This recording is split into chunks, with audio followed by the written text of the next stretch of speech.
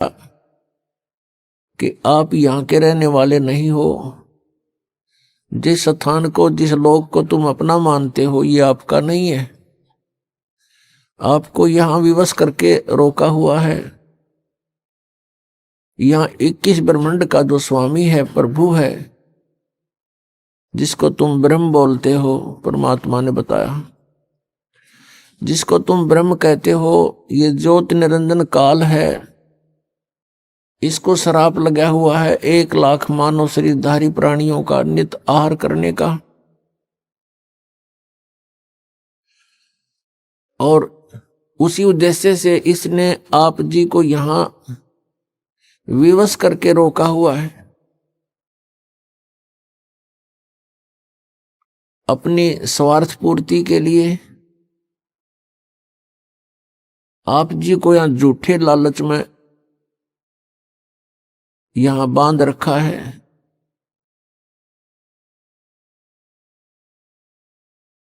और जन्म और मृत्यु का यहां का विधान बनाकर आप जी को उसी कोल्हू में पीड़ रहा है। पुण्यात्माओं, अपनों के लिए अपने ही दुखी होते हैं। यहां आप देख रहे हो क्या दुर्दशा है प्रत्येक प्राणी की। किसी को कोई कष्ट है, किसी को कोई कष्ट है। मनुष्य जीवन प्राप्त प्राणियों का ये हाल है। अन्य योनियों का क्या हाल होगा, जैसे कुत्ते के शरीर में, गधे के शरीर में, पशु पक्षियों के शरीर में। कितना दुखी है ये प्राणी। और मनुष्य जीवन में भी क्या हाल है प्रत्येक प्राणी का। कोई प्राणी सुखी नहीं। इस दुख को हमने सुख मान लिया। इस दुख के अंदर थोड़ी सी राहत किसी को है, उसी को हम सुख मान बैठे। इसके लिए परमात्मा कबीर देव जी, कबीर साहब जी कहते हैं कि झूठे सुख को सुख है, ये मान रहा मनमोद, ये सकल चबीना काल का, कुछ मुख में कुछ गोद।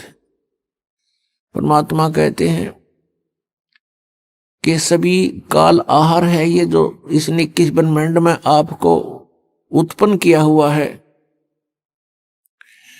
अपनी उदर पूर्ति के लिए ये सब कुछ किए हुए हैं।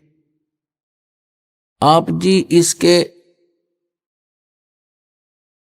आहार हो। जैसे कसाई बकरे पालता है, उसका उद्देश्य क्या होता है उन बकरों को सुविधा देने का? अपनी रोजी रोटी और स्वयं आहार करना।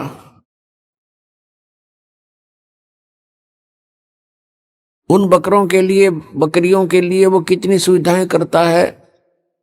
उनके लिए चरागाह बनाता है, जल की व्यवस्था करता है, तालाब, और ऊपर शेड डाल देता है, झोपड़ी बनाता है गर्मी सर्दी से बचाने के लिए। उन सुविधाओं को देखकर वो बकरे वो समझते हैं कि ये हमारा मालिक बड़ा दयालु है, इसने हमें बहुत सुविधा दे रखी है। और जिसमें वो कसाई, उनका मालिक, उन बकरों के उस स्थान पर आता है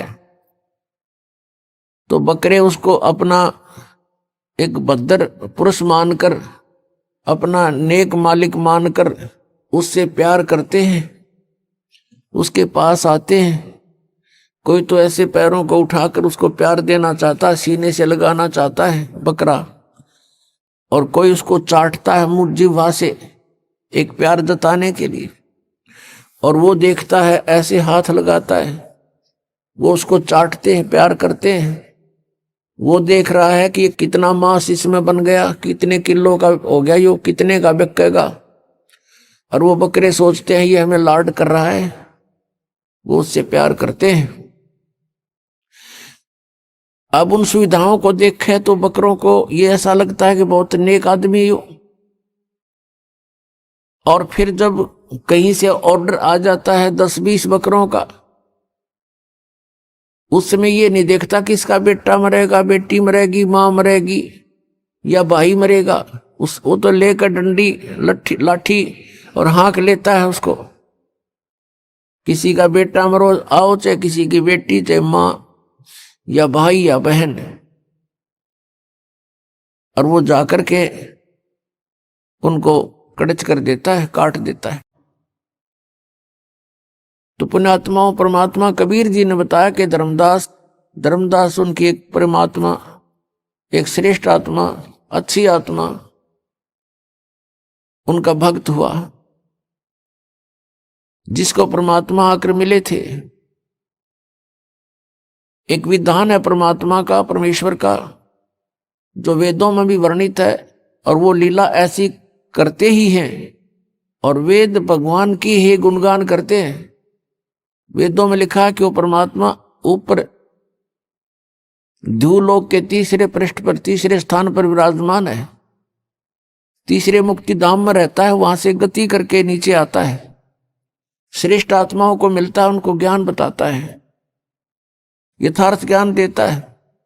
उसी उद्देश्य से परमात्मा धर्मदास साहिब जी को मिले थे। एक बहुत ही अच्छी आत्मा परमात्मा की खोज में भटक रही थी।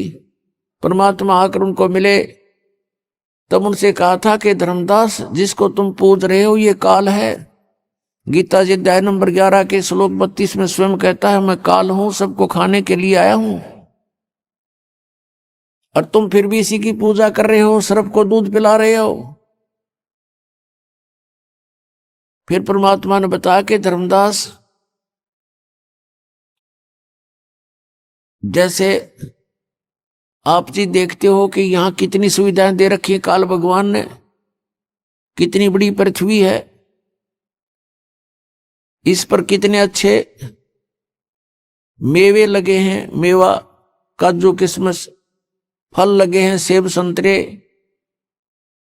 और कनक, गेहूं, चना, बाजरा, ज्वार, मकई। और फिर कभी वर्षा हो जाती है, झरने बह रहे हैं, दरिया बह रही हैं, नीचे जमीन में शीतल जल, मीठा जल भर रखा है। इन सुविधाओं को देखते हैं, शीतल हवा चल रही है, सूर्य उदय हो रहा, अस्त हो रहा है।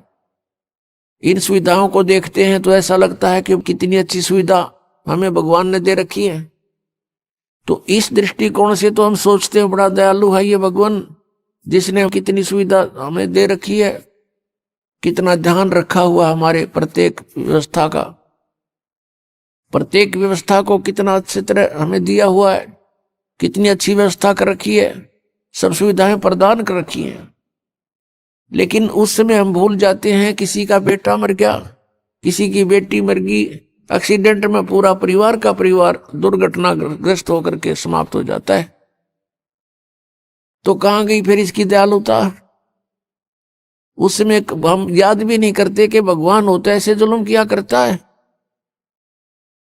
क्योंकि हम ऐसे लोक में रह रहे हैं, इस गंदे लोक में रह रहे, यहां पर ये सदा बना रहेगा, जन्म और मृत्यु, इस तरह की घटनाएं सदा बनी रहेंगी। उसके लिए परमात्मा ने कहा कि एक और स्थान है सतलोक, सचखंड। उस सतलोक में जाने से तुम्हारी ये सब समस्याओं का समाधान होगा।